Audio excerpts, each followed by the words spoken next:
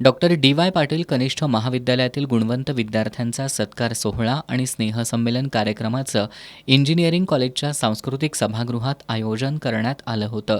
यावेळी संस्थेचे सल्लागार अशोकराव देसाई, रजिस्ट्रार विश्वनाथ भोसले, महाविद्यालयाचे प्राचार्य ए बी पाटील, इचलकरंजी नगरपालिकेचे निवृत्त जल अभियंता आर व्ही मिरगे यांची प्रमुख उपस्थिती होती.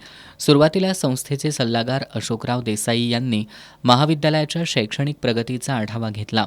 प्राचार्य ए बी पाटील, प्राध्यापिका मेघना महाडेश्वर यांनी मनोगत व्यक्त केली.